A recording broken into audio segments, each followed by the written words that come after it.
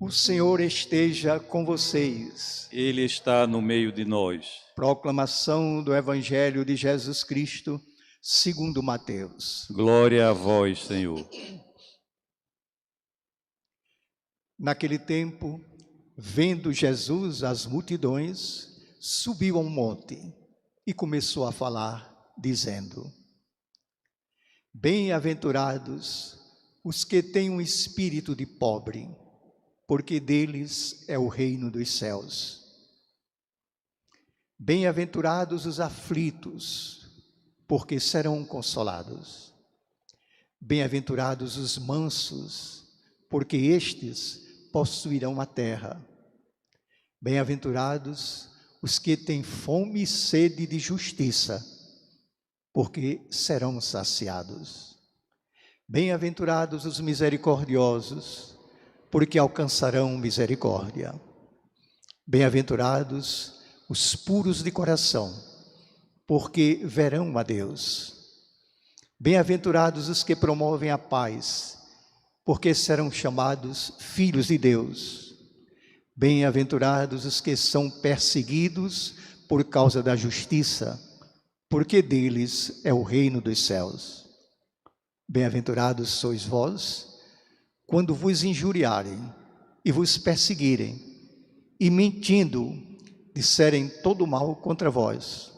Por causa de mim, alegrai-vos e exultai, porque será grande a vossa recompensa nos céus. Palavra da salvação. Glória a vós, Senhor.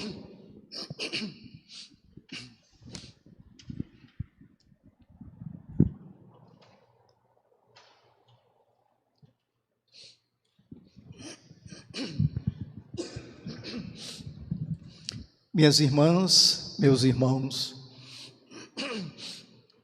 hoje a igreja celebra a festa de todos os santos e santas. Não é a festa de todos os santos e santas canonizados, mas de todos os santos e santas.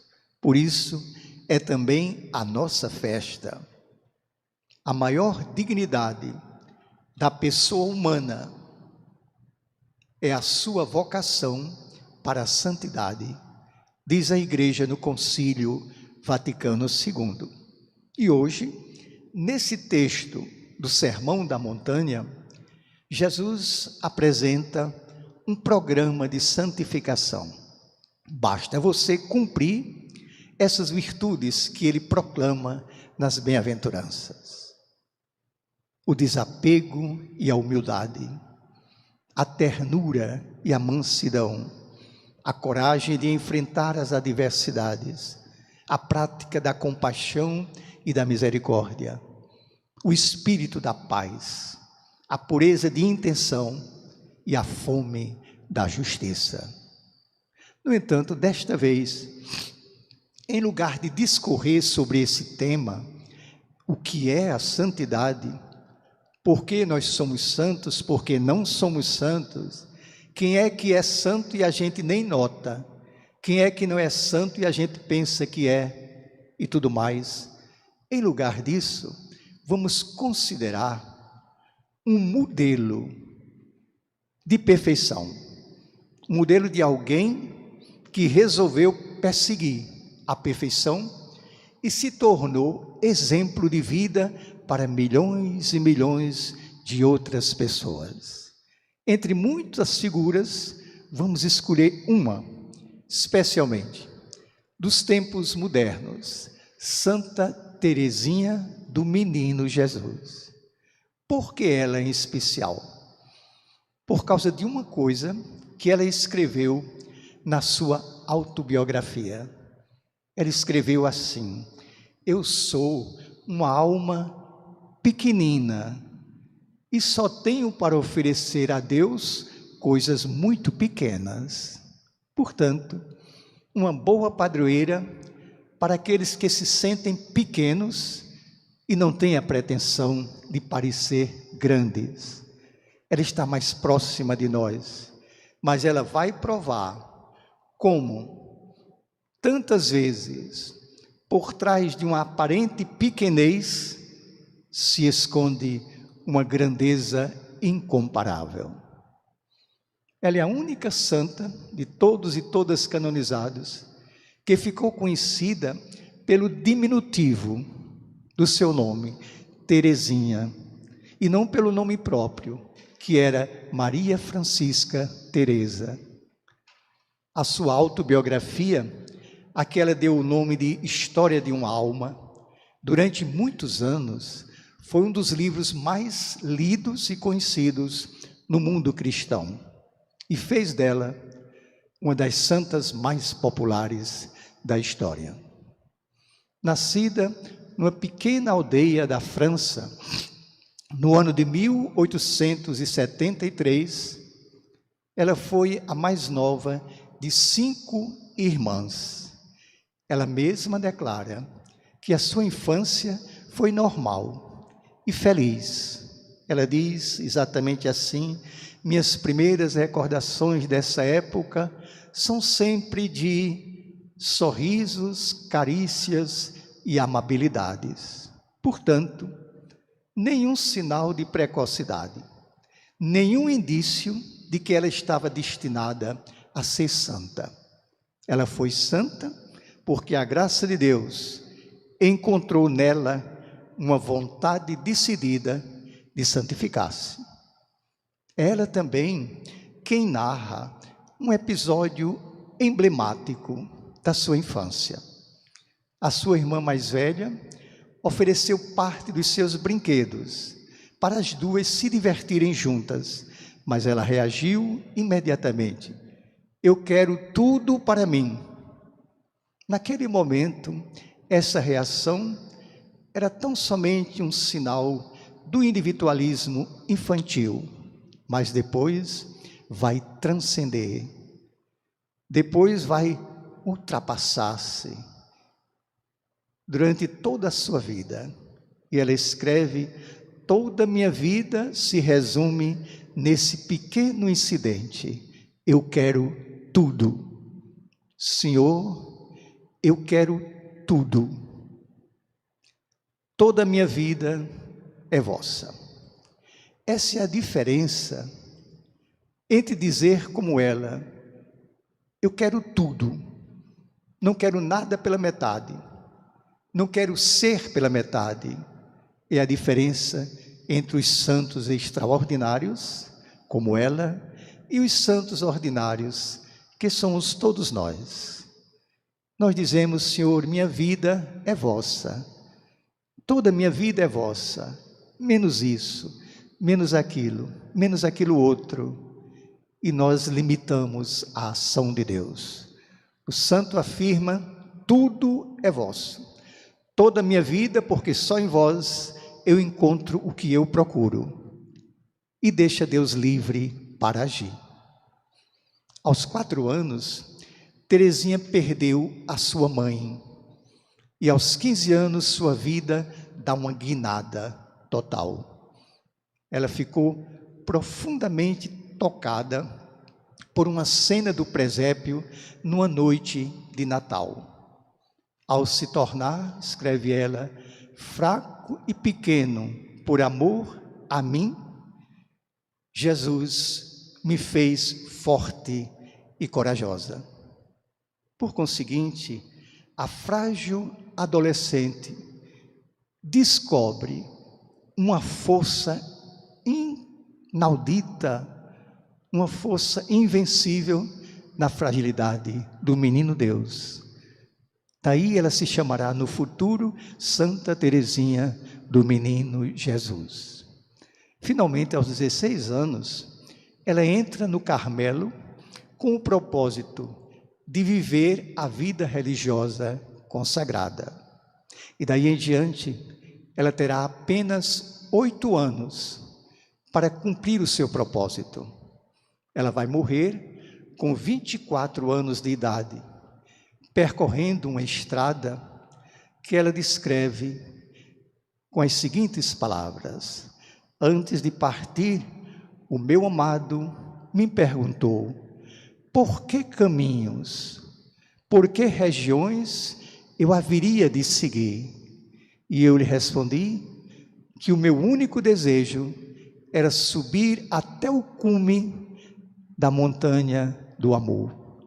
Então ele me tomou pela mão e me levou para um caminho subterrâneo, onde não se sente calor nem frio, onde o sol nunca brilha, onde jamais penetram nem o vento nem a chuva. Um túnel onde eu não posso ver senão uma penumbra, e a única luz que brilha é o olhar de Jesus sobre mim lá do alto. Por quê? Porque essa descrição de uma paisagem tão sombria, somente sombras e nenhuma claridade, a não ser o olhar de Deus? Por uma razão prática e real. A vida dela vai ser isso mesmo. Até o último dia de vida, ela vai enfrentar gravíssima enfermidade. E as privações daí decorrentes serão o seu meio de santificação.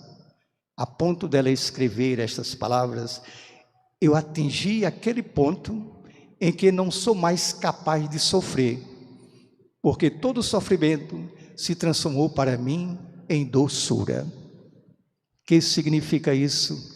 É um outro mistério que só Deus pode perscrutar. Além desse, ela escolheu um outro caminho de santificação, mais importante, mais difícil, mais conflitivo do que este. É a arte de conviver com os outros, construindo a fraternidade dia após dia. Ela mesma quem vai contar, num estilo muito interessante, quanto ela sofreu, quanto ela teve que se violentar a si mesma para manter a harmonia na convivência com as outras irmãs. Ela fala até de coisas pequenas, quanto ela se irritava, tinha que não reagir diante daquela irmã que se sentava no banco da frente e ficava o tempo todo fazendo zoada com um terço na mão, perturbando a concentração das outras. Ou a irmã que trabalhava com ela na lavanderia e ficava o tempo todo borrifando o corpo dela com a água suja. Vejam só, coisas tão miúdas, tão pequenas, tão triviais, que faz a gente perguntar: o que é que isso tem a ver com santidade? Talvez a resposta dela esteja nessas palavras: nunca dei algo de bom a Deus, senão apenas o meu amor.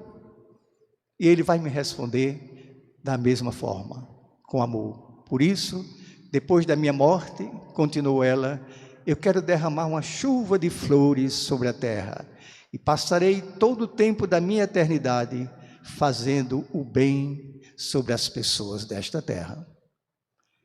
Vejam, meus irmãos e minhas irmãs, depois de sua morte, aos 24 anos de idade, o culto a ela se espalhou de maneira extraordinária, sem nunca ter saído de sua pequena aldeia, sem nunca ter realizado nenhum milagre, nenhum prodígio em vida, sem nunca ter sido venerada pelos seus contemporâneos.